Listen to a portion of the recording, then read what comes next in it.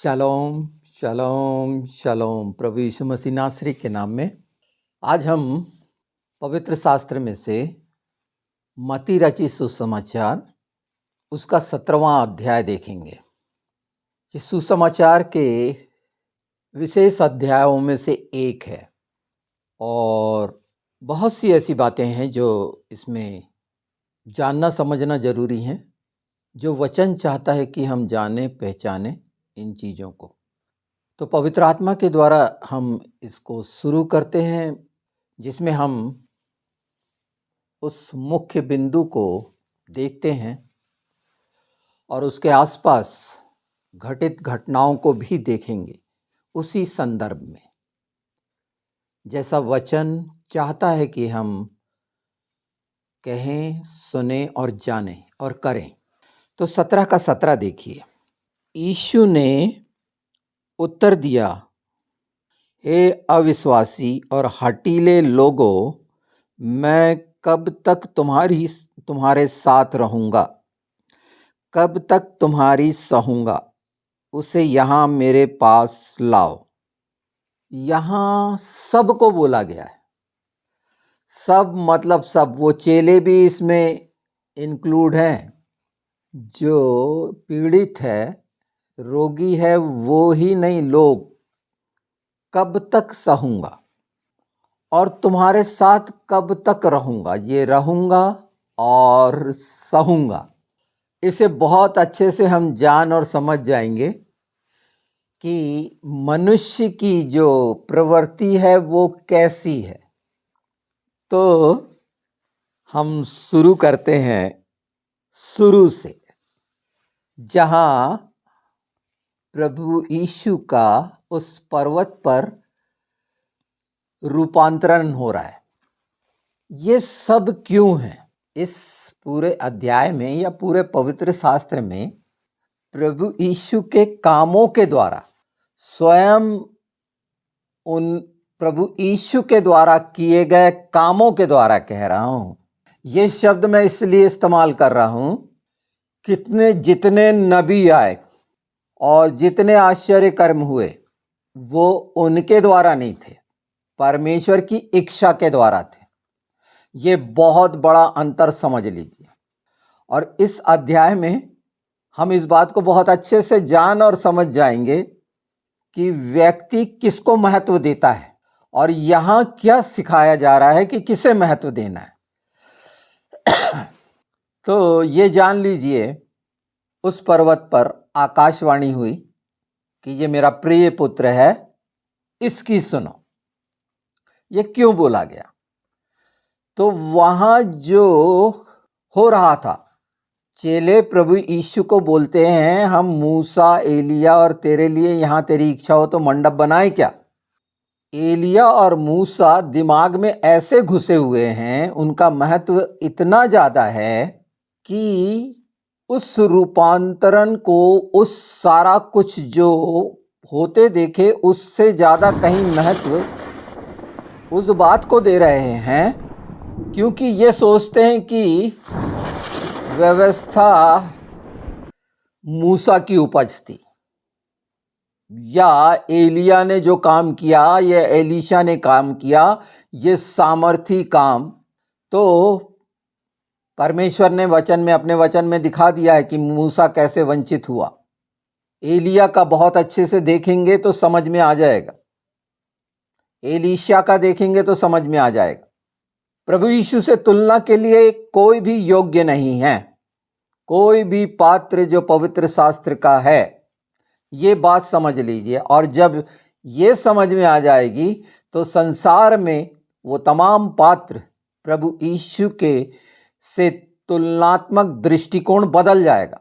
देखिए ना कैसा कर रहे हैं, उतने बड़े बड़े काम देख रहे हैं, बोल रहे हैं, पर उसे परमेश्वर मानने से इनकार कर रहे हैं। अविश्वास का स्तर देखिए। और यहां यही बात प्रकट की जा रही है। यीशु के नाम में तमाम चंगाइयां हैं, पर अविश्वास के कारण, और इसीलिए उपवास और प्रार्थना इसी संदर्भ में क्यों रखी गई? वो इसीलिए ही रखी गई कि उस बात से निकलो। यीशु ने कहा मेरी ओर देखो, मैं हूं जो हूं, मैं हूं, वचन मैं हूं।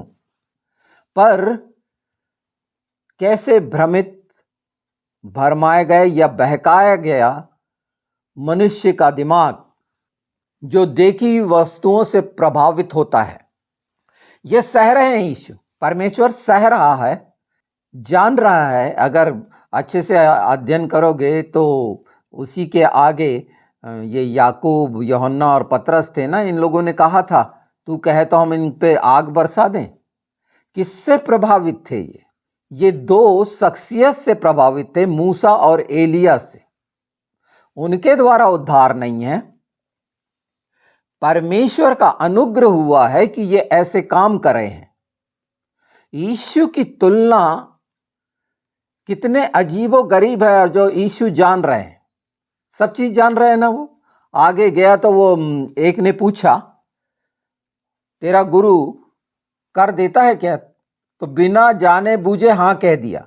कैसे कह दिया उसने हाँ, और इसको कैसे समझ रहे हैं? क्योंकि प्रभु यीशु के पास जब वो पहुंचा तो प्रश्न किए प्रभु यीशु ने, कर किसको देते हैं, अपनों को कि पराये को? यहां पर साबित हो रहा है कि तूने मनमानी कैसे बोल दी। जैसे मनमानी हर मनुष्य अपने अपने सोच विचार के कारण कह देता है, पर देखिए परमेश्वर का अद्भुत काम, यीशु का अद्भुत काम कि उसे बोलते हैं एक वो लेके जा छड़ी और जो मछली फंसेगी उसके मुंह में मिलेगा। ये फिर साबित हो रहा है कि मैं सब जानता हूं, मुझे सब मालूम है, मैं सब कुछ कर सकता हूं, और मैं आया इसलिए हूं कि तुम उद्धार पाओ, क्योंकि यीशु के बिना उद्धार नहीं है। प्रभु यीशु यहां पर साफ साफ दिखा रहे हैं, कह रहे हैं, समझा रहे हैं। हर एक बिंदु को अगर हम पूरा इसकी विस्तृत करें तो ये सब इतना विस्तार से है, पर मुख्य जो इसका ये अविश्वास कैसा, और इसको किसको सहना पड़ता है? प्रभु यीशु को, कि ये मैंने 2000 साल से हम देख रहे हैं। वो 33.5 साल का जीवन में 3.5 साल में उतने विशाल कार्य जो प्रभु यीशु के द्वारा किए गए, जो हर रीति से प्रमाणित करते हैं कि वो परमेश्वर है, उसके बावजूद भी शंका, संदेह से और संसार से प्रभावित होने के कारण हम, जिससे हम इतना प्रेम करते हैं, अपना उद्धारकर्ता मानते हैं और मनुष्य की ओर देखने लगते हैं। यही तो हुआ ना आज सारे संसार में। इसके बावजूद भी जैसे मछली के मुंह से सिक्का, वो कार्य वैसा प्रभु यीशु उन सब के लिए कर रहे हैं जो उद्धार पाए, जिन्होंने अपना उद्धारकर्ता स्वीकार किया। स्थिति चाहे उनकी कैसी भी हो, इसमें पूरा आचरण समझ में आ जाता है। हम पवित्र शास्त्र में जो इस्तेमाल हुए पात्र, नबी, भविष्यवक्ता, जो कार्य जिनसे लिया गया, उन चीजों का उल्लेख किस तरह होता है मनुष्य के द्वारा, ये पूरा दर्शा दिया गया इस अध्याय में। और वचन चाहता है कि हम इससे पीछा छुड़ाएं। वचन अर्थात हम यीशु को देखें, क्योंकि पूरा पूरा उद्धार पाना है तो वो एलिया या यशायाह की किताब या यिर्मयाह या एजकेल, ये सब उन बातों को बताने वाले हैं। ये उद्धार दिलाने वाले नहीं है कि उनने वहाँ पर जो लिखा हुआ है वो परमेश्वर के द्वारा बताया गया, उसे बोला गया है। कहना सिर्फ यीशु के द्वारा हुआ है। तो जब हम ये बहुत महत्वपूर्ण विषय पर, ये बहुत महत्वपूर्ण है, अगर इसकी गंभीरता को जान और समझ लिए तो इधर उधर दृष्टि करने से बच जाएंगे। बिल्कुल सब हम परमेश्वर की संतान है और जितने का इस्तेमाल वो करता है निश्चित आदर के योग्य हैं, सम्मान के योग्य हैं, पर पहला और सर्वप्रथम स्थान हमारे प्रभु यीशु का है। ये हमारे पूरे मन, प्राण, आत्मा में रच बस जाना चाहिए, क्योंकि कोई और नाम नहीं दिया गया है। साफ साफ बोला गया कि ये मेरा प्रिय पुत्र है, इसकी सुनो। और दृष्टि किन पर लगी हुई थी? मूसा और एलिया पर। उनके लिए इच्छा जागृत हो रही थी। जबकि प्रभु यीशु वहां है, वो कहेंगे अपने तरफ से क्यों आगे बढ़कर बड़बोलापन करना और बोलना? कैसे बोलता है? तेरी इच्छा हो तो ये भी समझे क्या वो मूसा और एलिया का वहां आना किस बात को प्रमाणित करता है? यीशु से मिलने आना, और वो बातचीत कर रहे हैं। क्या बात कर रहे होंगे ऐसा सोचेंगे तो वो क्या बात कर रहे होंगे? यीशु ने कह दिया, एलिया की राह देख रहे थे। बोले वो आ चुका और तुमने पहचाना नहीं। तब समझ में आता है कि यूहन्ना के लिए बोला जा रहा है, जिसका सिर काट दिया गया था, यूहन्ना बपतिस्मा देने वाला। यह अध्याय हमें इन सब बातों के लिए प्रेरित करता है कि हम प्रभु यीशु की सुने, उसकी ओर देखें जो वो हमसे कहता है। हमारे व्यक्तिगत संबंध प्रभु यीशु से क्या हैं, पवित्र आत्मा किस रीति से हमें बता रहे हैं। जब हम प्रभु यीशु के साथ होंगे और जब हम उन बातों के साथ रहेंगे जो पूरे घटनाक्रम को दिखाती है, ऐतिहासिक घटनाक्रम जो समय समय पर होता रहा है, होगा, जिसे हम चिन्ह भी कहते हैं, उससे आत्मिक जीवन की उन्नति नहीं है। उद्धार प्रभु यीशु के द्वारा है। सुसमाचार की प्रत्येक जीवन पाएं और हमेशा का जीवन पाएं, और वो यीशु के साथ है।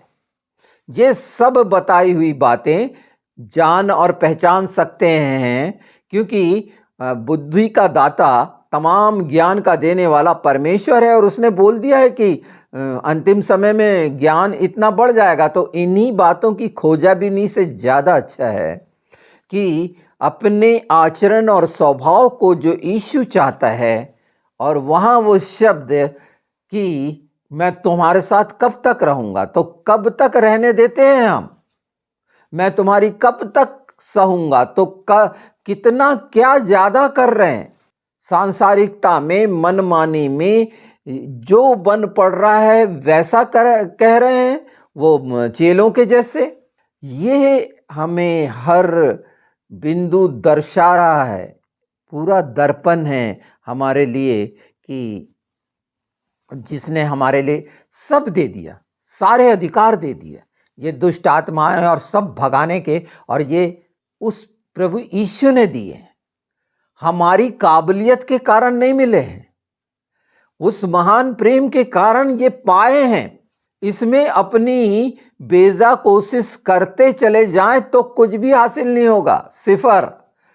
सुलेमान ने बोला, इस पृथ्वी पर किया गया मनुष्य का काम, तमाम काम व्यर्थ है। और ये विश्वास की कमियों का नतीजा है।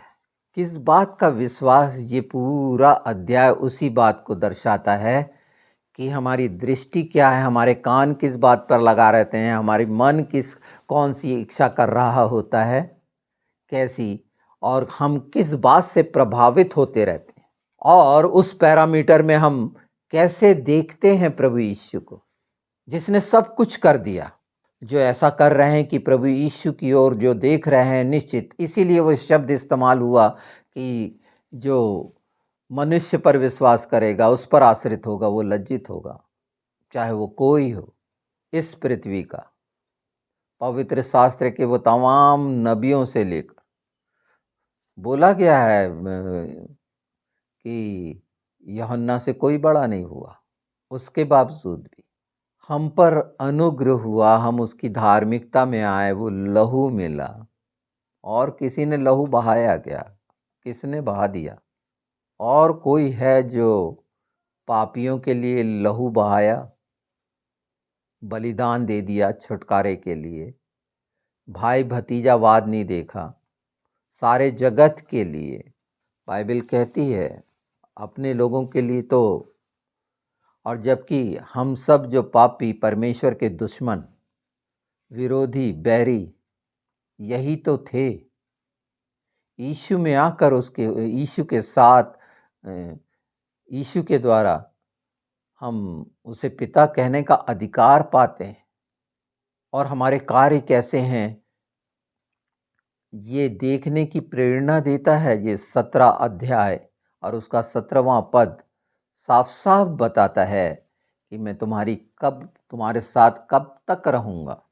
तो हम देखें कि हम कब तक उसको अपने साथ रखते हैं और वो क्या चाहता है और कौन से कार्य कर रहे हैं कि प्रभु यीशु को कहना पड़ा कि मैं तुम्हारी कब तक सहूँगा। तो विश्वास का उपाय उपवास और प्रार्थनाओं पर, अर्थात इस बात को समझने कर उसके नज़दीक रहने कर पर, उपवास मतलब उसके साथ वास करना, उसकी उपस्थिति में रहना, पवित्रता में, वहाँ जान सकते हैं जब ये जानना चाहेंगे। और इसीलिए चेलों ने बोला कि हमारा विश्वास बढ़ा, अर्थात असमंजस की स्थिति यहाँ इस्तेमाल हुआ है विश्वास की घटी के कारण। तो ये जो घटने बढ़ने वाले बटखरे हैं, ये मनुष्यों पर ध्यान देकर, संसार पर ध्यान देकर, तुलनात्मक, जब हम तुलना करते हैं तो एक तराजू बना ही लेते हैं ना। और पवित्र शास्त्र साफ कहता है ये मेरा प्रिय पुत्र है, इसकी सुनो। और कहने और सुनने पर हम लगातार पवित्र आत्मा के द्वारा देख रहे हैं, उसमें ये हिस्सा और जुड़ गया पवित्र आत्मा के द्वारा। प्रभु का धन्यवाद हो कि ये सामर्थी वचन, ये सच्चाई के, जिसमें मन, प्राण, आत्मा, बुद्धि की सारी शक्ति परमेश्वर चाहता है, यीशु चाहता है, पवित्र आत्मा चाहता है कि ग्रहण कर लें, हम इसे रिसीव कर लें, इसे जान लें और एक नई सृष्टि बने। वो सब चीज़ों से छुटकारा देने के लिए वो तैयार है, उपाय करने के लिए वो तैयार है, क्षमा करने के लिए वो लज्जित भी नहीं करता। प्रभु यीशु ने नहीं पूछे पतरस से कि तूने वहाँ क्यों ऐसा कह दिया, तू जानता भी है कि मैं देता हूँ या नहीं देता, तूने कैसे कह दिया। ऐसा नहीं बोले उन्होंने, बल्कि बता दिए, पूछने का तरीका और भेज भी दिए कि हाँ, मेरे चेले ने जो बोला है वो जाके कर दे। कर के हिस्से में परीक्षा हुई थी ना, यीशु की सिक्का दिया गया था। जब प्रभु यीशु ने बोले हैं जो परमेश्वर का है परमेश्वर को दो और जो कैसर का है वो कैसर को दो, कहीं पर भी अंतर विरोध नहीं मिलेगा परमेश्वर की किसी बात में। उसने जो अपने नियम रखे हैं वो भले हैं, इसलिए वो भलाई का परमेश्वर है। ये बहुत गंभीर, अति महत्वपूर्ण अध्याय है अपने आप को पहचानने का, जानने का, और उन सच्चाइयों को जहां पर प्रभु यीशु प्रकट कर रहे हैं कि मैं परमेश्वर हूं।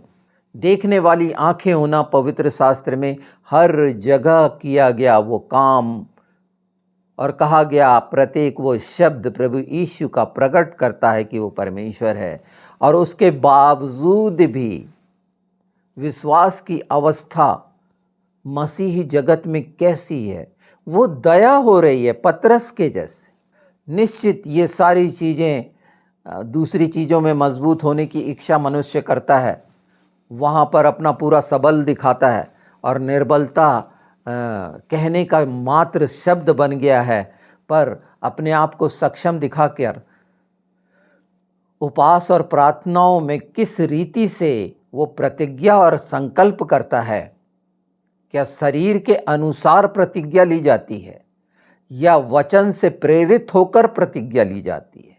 यहाँ यही बताया गया है कि एक सांसारिक उपवास प्रार्थनाएं शरीर के द्वारा और एक संकल्पित वचन की प्रतिज्ञा के द्वारा, अर्थात आत्मा की प्रतिज्ञा के द्वारा, कि इस अध्याय के अनुसार जब मुझे इन कमियों को ख़त्म करना है तो हमारी दृष्टि में ये वचन में प्रभु यीशु ने जो हमें रास्ता दिखा दिए कि वो घटी दूर हो, नहीं तो वही रहेगा कि मैं तुम्हारे कब तक सहूँगा या कब तक तुम्हारे साथ रहूँगा।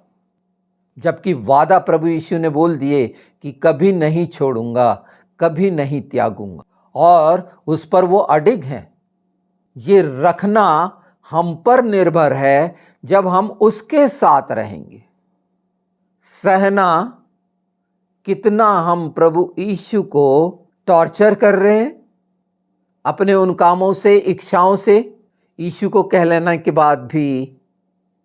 तो ये फिर एक सुनहरा मौका है कि इन सब चीज़ों के लिए माफ़ करता है। वो जानता है उसकी दृष्टि सब पर है। अगर हम प्रभु यीशु की सुन लें, सचमुच में सुन लें, तो उस योग्य कार्य करेंगे कि वचन की सामर्थ्य और प्रतिज्ञा और वो नाम और वो लहू और पवित्र आत्मा की मदद हम सबको हासिल है कि हमारे जीवन में आनंद और खुशियां वो चाहता है और शांति चाहता है और भरपूरी से, बहुतायत से और जयवंत जीवन देना चाहता है। हम लेने वाले तो बने। ये चीज़ें रोकती हैं, जो प्रभावित करती हैं उन चीज़ों को। कई कहानियों के द्वारा हम प्रभावित होते हैं। वो हमारे पर कैसी छाप छोड़ती है, हमारे मन पर, हमारे दिमाग पर, हमारे अस्तित्व पर ये वचन उन सब बातों से छुटकारा दिलाने के लिए है कि बाहर की वो तमाम बातें जो अंधकार की हैं, मात्र हर वो बात अंधकार की है जो मसीह के प्रेम से वंचित करती है, उसको परमेश्वर मानने से इनकार करती है, मसीहा मानने से इनकार करती है। मानना मानना मानना मानना एक विशेष शब्द है जिसे हम मान रहे हैं, उसकी तुलना किसी और से कर कर उसको छोटा दिखाना ना मानने के बराबर है। उसको माना ही नहीं, जो अति महत्वपूर्ण है। और जब हम ऐसा चाहेंगे, इच्छा रखेंगे हमारे हृदय, मन, प्राण में, तो यीशु के नाम में, वो लहू में सामर्थ्य और पवित्र आत्मा की मदद है कि इन सारी चीज़ों से, झंझटों से छुटकारा पाएंगे, नए होने का स्वाद लेंगे, जीवन नमकीन होगा और हर बात जो हमारे जीवनों के द्वारा होगी परमेश्वर को ग्रहण योग्य होगी, वो उसे प्रसन्न करने योग्य होगी। सिर्फ कहने वाले ना बने कि हम तेरे नाम को ऊंचा उठाते हैं, प्रशंसा करते हैं, स्तुति और महिमा करते हैं, वाकई में उसके कटोरे में सुगंध का कारण बनती हैं। और यहीं पर जो मुख्य बात है, ये अंधेरा नहीं चाहता कि हम पूरी सच्चाई और आत्मा से उसकी आराधना करें, उसकी बड़ाई और प्रशंसा करें। और उसके लिए ये बातें रखी गई हैं कि इसको देखें, पहचानें कि हम संसार की और वो लोगों से प्रभावित ना हो जो स्वयं मर के जीवित नहीं हुए, और वो सिर्फ प्रभु यीशु है। हमने इसकी एक शुरुआत की है मत्ती 17:17।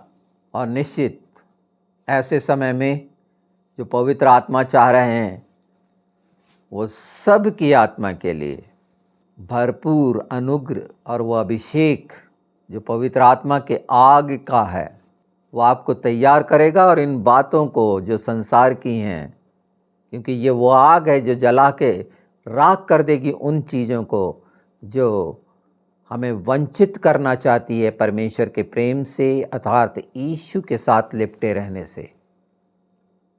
और कोई भी कार्य हम मसीहों के द्वारा नहीं होगा कि यीशु को कहना पड़े कि मैं तुम्हारी कब तक सहूँगा या तुम्हारे साथ कब तक रहूँ। हमें स्वतंत्र किया गया है इस सच्चाई को जाने और स्वतंत्र हों उन बातों से। ये आप पर निर्भर रहता है कि आप किसके साथ रहना चाहते हैं, कौन प्रभावित करता है आपको, आप किस बात से प्रभावित हो रहे हैं। अगर यीशु से प्रभावित हैं, पवित्र आत्मा से प्रभावित हैं, पिता से प्रभावित हैं, वचन से, सच्चाई से प्रभावित हैं, तो निश्चित ये जो प्रभाव है पूरा मिला जुला पिता, पुत्र, पवित्र आत्मा, ये सच्चाई का प्रभाव आपको बचाएगा संसार में होने वाले बड़े बड़े काम और चमत्कार और आश्चर्य से, उससे प्रभावित होने से बचाएगा, उस व्यक्ति से प्रभावित होने से बचाएगा और सच्चाई से बड़ाई करने वाला बनाएगा। हर उस काम को जो संसार में चमत्कार और आश्चर्य कर्म के होते हैं, उसमें आपके ओंठों से परमेश्वर की बड़ाई निकलेगी, यीशु का गुणानुवाद होगा, उसके महान कामों का। पवित्र आत्मा की मदद और शिक्षा को पहचानने लगेंगे। इनकार नहीं करेंगे परमेश्वर के काम का, परमेश्वर के जन और दास के द्वारा जो काम हो रहा है उसका इनकार नहीं करेंगे, पर महत्व पर उस कार्य के लिए होगा, उस व्यक्ति के महत्व नहीं है। उसकी आत्मा का महत्व परमेश्वर की दृष्टि में है। तो उस शारीरिक मनुष्य की जो एक आकृति है या उसे जो दिया गया है उससे क्यों प्रभावित होना। हम सब एक दूसरे से प्रभावित होते हैं, हम सब यूनिक हैं, विशेष हैं और हमको दिया गया है, पर इसमें जो बड़ाई हो पिता पुत्र पवित्र आत्मा की हो, वचन की हो, ना कि मनुष्य की। हाँ, ऐसे मनुष्यों के लिए लगातार प्रार्थना करें कि परमेश्वर उसको लगातार इस्तेमाल करे, पर उस बात से भी बचाए। और ये सब के लिए, प्रभु के जन और दास के लिए जो विशेष है कि उनके तरफ से ये घोषणाएं होनी चाहिए, अपने तरफ से कहना चाहिए। अपनी बड़ाई और वाहवाही करा कर देख रहे हैं कि शैतान कैसा उपयोग करके भेड़ों को गुमराह कर रहा है। तो मत्ती 17 वकील है, ये समझ लीजिए, जो इन सच्चाइयों को पूरा का पूरा सामने रखती है कि क्या स्थिति है, पहले बता दी गई और आगे बढ़ने का भी इसमें ठहरा दिया गया। तो यीशु की सुने।